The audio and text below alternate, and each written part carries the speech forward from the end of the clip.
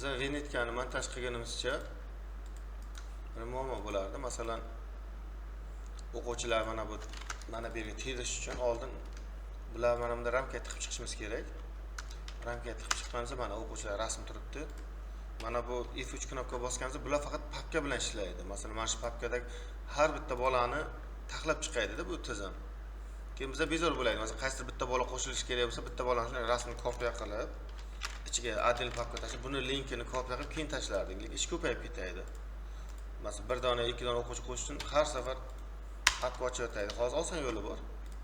Masalan, qaysi bir o'quvchi qolib ketibdi, uni qo'shish kerak desa, F3 ni bosamiz. Bularga tegmaymizda ism donaga o'tamiz. Mana bular faqat bir dona rasmlar uchun ishlaydi.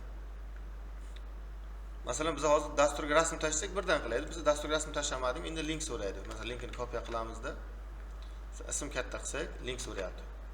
Okni bosganimizda o'sha papkadagi o'quvchilarning ismlari chiqadi ro'yxat bo'yicha.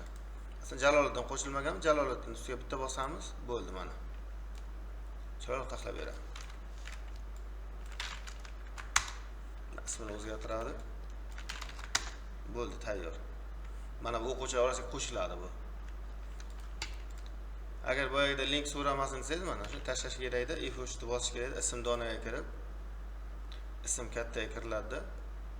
Mana birdan linkini o'sha o'zidan link olmay birdan o'zidan taxlab ketadi. Mana shunday taxlanadi. Portret rasmlari ham shunday. Masalan, siz butun sinfda rasm portret taxlab chiqdingiz, qaysi bola qolib ketdi desa, iloji boricha link qilgandan ko'ra mana shu qolib ketgan bolani o'zini rasmini tashlasangiz tezroq bitadi. Tashlaysiz, F3 ni bosib, ism donaga kirib, mana ism portretda bosasiz. Fon layer yo'q ekan deyapti. Hozir bir minut. Mana fon layer yo'q. Fon layer yo'q ekan bunda. Mana optaylab mana uni fonni qo'yish kerak. Portret har qanday rasm fon degan layer bo'lishi kerak. Unday ism portretda farqi yo'q, qaysini aktiv belgilashdi. Lekin fon degan layer bo'lishi kerak. Tashlaymiz, F3 ism donaga kiramiz, ism portretga bitta bosamiz. Bo'ldi, mana tushadi. Bosamiz, mana shu orasiga qo'shilib tushadi oxirida.